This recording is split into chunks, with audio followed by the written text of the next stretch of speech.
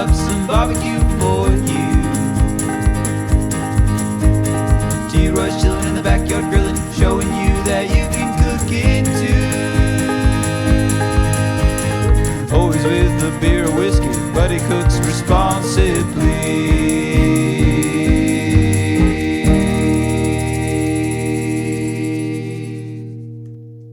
Hey everybody, welcome to T-Roy Cooks. I appreciate you joining us. Today I thought I'd show you how to make homemade beef stroganoff. It's going to be delicious. Y'all stick around. Alright folks, here's the ingredients we got. I'm using USDA Prime Sirloin Steak. Top sirloin steak. I'm going to trim the fat off and then cut it into strips. But you can use a chuck roast, whatever you want. We're going to wind up braising this. So you want to use a cheaper but tougher grade of meat. And that way you're going to be braising it for like an hour to an hour and a half to tenderize the meat. So it doesn't matter. You get you a cheap cut, it'll be fine. We're going to use a little bit of butter. I'm using salted, but you can use unsalted if you wish. We're going to sweat down some onions and some garlic along with some sliced mushrooms that I'm going to drain out of this jar. We're going to use a little bit of flour to tighten up this butter and make like a little roux going on. And then we're going to throw in some beef broth, or beef stock if you'd rather, and I've got some Cabernet Sauvignon we're going to throw in there because, you know, red wine and beef, that's a match made in heaven right there. Going to throw in a little salt and pepper if we need to. I know we're going to need pepper, but since I'm using salted butter, we may not need the salt. I've got a little bit of sour cream here. You can use creme fraiche or whatever you want to make it nice, creamy and rich. And here at the very end, a little bit of parsley. I'm using parsley flakes, but if you have fresh parsley, just mince it up real good. Sprinkle it on the top. Got some egg noodles here. We're going to boil these at the very end and then throw the meat mixture on top of the eggs. Sprinkle some parsley on top or sprinkle some fresh parsley on top, however you want to do it. It's going to be great, y'all. Stick around. Let me get this meat prepped. All right, folks, this is why you don't cut onions on video. At least you don't see a lot of people doing it. Man, I'm tearing up big time over here, looking like I just walked out of the movie with Karen, watching a romance movie or something, man. Woo! And onions will get you. Anyway, we'll bring you right back. All right, folks, I got that beef all sliced up. Let me show it to you real quick. See, that's what we've got right there. And I'm just going with, about that thickness. Just like that. So that's one full sirloin steak. And I did forget to mention something. I forgot we're going to need some kind of cooking oil, like some vegetable or canola oil or something, or some olive oil to brown the meat. Get you a nice heavy bottom pan too. Don't use non-stick because you want to be able to get some of that fond from the bottom of the pan here in a little bit. Use your cast iron or use your enamel or use your, stainless steel. Any of those where the meat's going to stick and create fond. That's what you want. Okay, so let me show you what we got. I got my enamel coated cast iron pan here. We're going to throw in, a couple tablespoons of this oil here. I'm using canola. I'll let that warm up, and once it starts seeing kind of sizzling on top, kind of doing a little wave back at me, I'll bring it right back. All right, my oil is starting to shimmer, and that's what I meant earlier by it waving back at me. You can see it's shimmering. Now, if it catches on fire, you've gone too far. I'm just saying. I got my light on above, my stove light here, and that's the only light in my kitchen. Let me get you up here. That's the only light in my kitchen that I can't find a daylight bulb for. You see how pretty this is with the daylight setting on my camera? Can't find one for my oven light, my stove light, I mean. Anyways, all right, so we got some oil. I can actually smell it, so it's pretty doggone hot. You go ahead and add all this sirloin in there.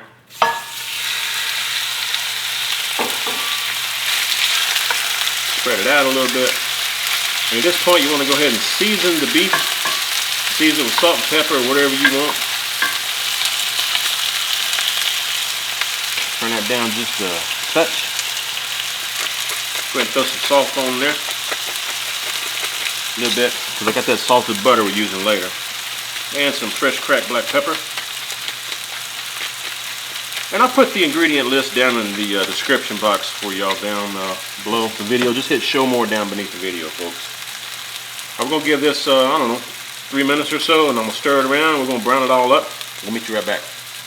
All right, folks, I think we're about browned up enough. And you can see all the liquid that's in there. But that's fine. We're gonna use that here in just a little bit. And if it'll help you out to turn these over, just use some tongs, folks. That's what I did.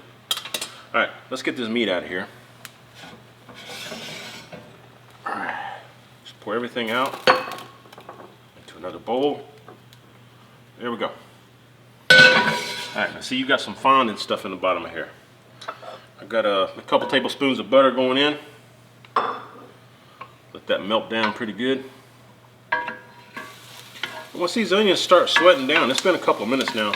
See, they're starting to turn a little golden brown. They start to sweat down, but this is the time where you can scrape all this fond off the bottom. You need to get that stuff off the bottom, man. All around the edges too. Get as much as you can because that's flavor. That fond is flavor, folks. We're gonna go ahead and put in this jar. This is how big a jar is this?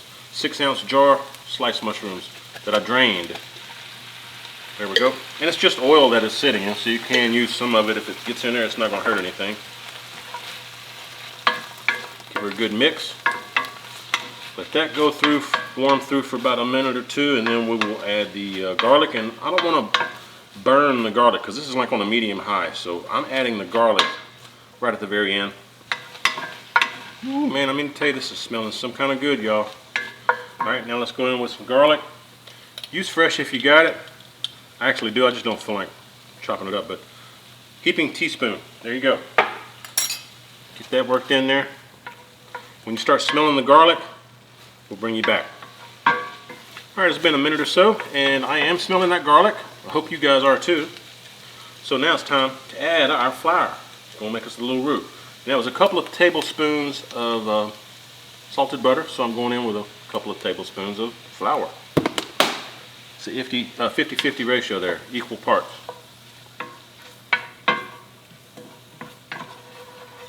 And you want to cook this flour taste out of the flour, which is what I'm doing. The flour is going to absorb that butter or whatever other oily fat that you're using to do your roux. You will see it sticking a little bit on the bottom. Don't worry about that.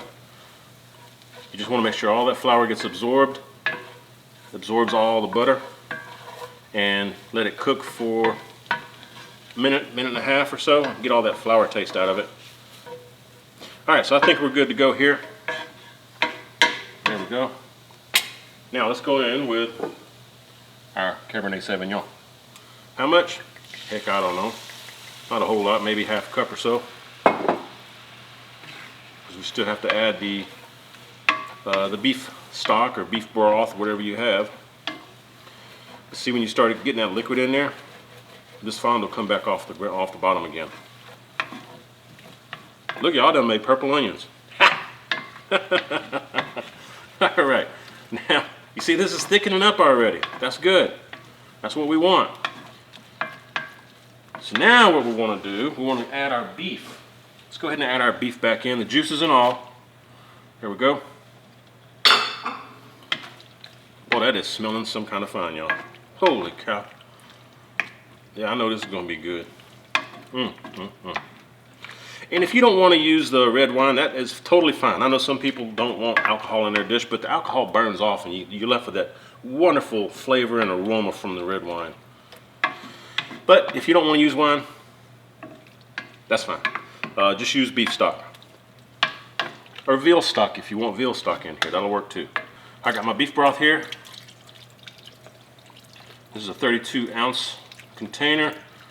I'm just going with enough to just like barely cover the meat because we want to braise this meat. Go ahead and crank the heat up on this baby so we can bring this up to a boil. And you need to have a lid ready for your pan, and this particular skillet did not come with a lid, but I just happen to have one that'll fit it. It's an old stainless steel lid, actually from a paella pan, which I need to do paella again. Man, that'd be good. Alright, so you see how this is doing, and once it comes up to a boil, I'm going to cover it. I'm going to turn it down to a simmer. We're going to let this simmer for, I'd say, at least an hour, or until the meat gets tender.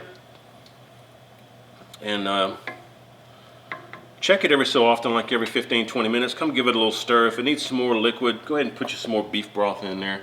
You don't want this to dry up, because this is your sauce. This is the sauce for your dish to put over your pasta, man. All right, guys, we've been going for an hour and a half. Oh, and I want to show you this too. I told you earlier that this lid does not fit this skillet. So you can see I've got vents right here on either side. So during this past time period, I have been come in about every 20 minutes or so, stirring this, make sure nothing's sticking.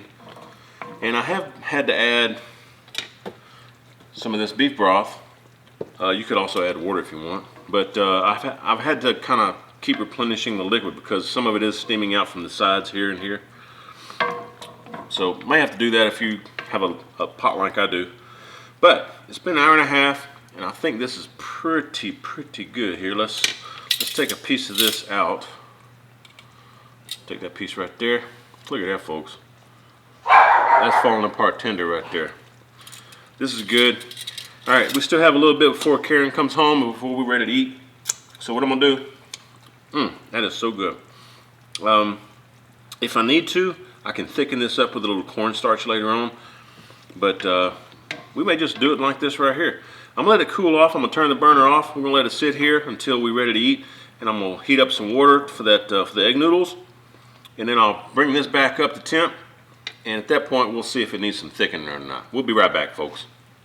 All right, we're back. I got the pasta going over here, and let's check on this. I did reheat it, and we like a lot of sauce, and I noticed that it didn't have enough sauce. So I went ahead and put some more beef broth in here and brought it up to a boil. I'm not liking the color of it a whole lot, so I'm gonna add a little bit of this. I'm cheating a little bit, I know, but we're gonna add a little bit of Kitchen Bouquet. Just maybe half a cap full, not a lot. There we go. And also, got some cornstarch, folks. We're gonna tighten this up a little bit. Put maybe there you go. Maybe a little bit more. There you go. Heaping teaspoon. We're going with, I'd say it's probably, I don't know, 4 ounces, 6 ounces of water. Give it a nice stir. Cold water, not hot. Just want to mix this up. Pour that in. May need some more cornstarch. Anyway, we're gonna pour that in. When that heats up, it should tighten up a pretty good bit. I'm gonna stir that Kitchen Bouquet in there as well. And at this point, once it comes up to a boil, turn it back down to simmer. That's gonna let everything come all back together again, really tighten up everything. All right, folks, went ahead and pulled my noodles off. You can see they're gone. Got them resting. And I turned this off just before I turned the camera on, so this is gonna start thickening up as it cools off. And what I wanna do, throw in a little bit of sour cream over here, maybe a heaping tablespoon there. Let's see what that does. Go ahead and mix this in real quick. It should give it a nice, rich, creamy texture. Need a little bit more. And again, if y'all missed some of the beginning of the video, if you check the description box, I'll go ahead and put the recipe down below. And it'll just be a recipe that you see on this video, because I'm just kind of making this up as I go. You know, I like to wing it. Just winging stuff over here. Yeah, I think it needs a little bit more. Another tablespoon. There we go.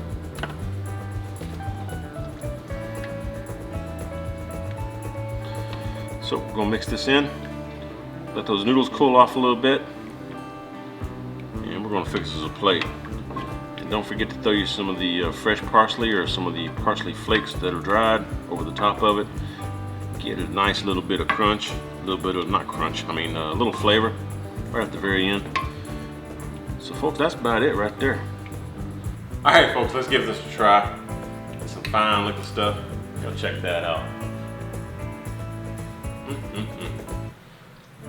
Meat's just falling apart.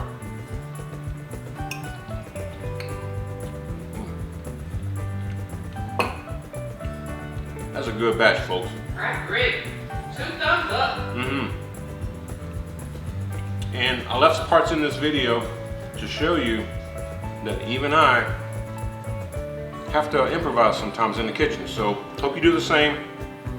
You know, if you like a little thicker, put some more cornstarch in the end. If you like a little thinner, put some more beef broth in the end.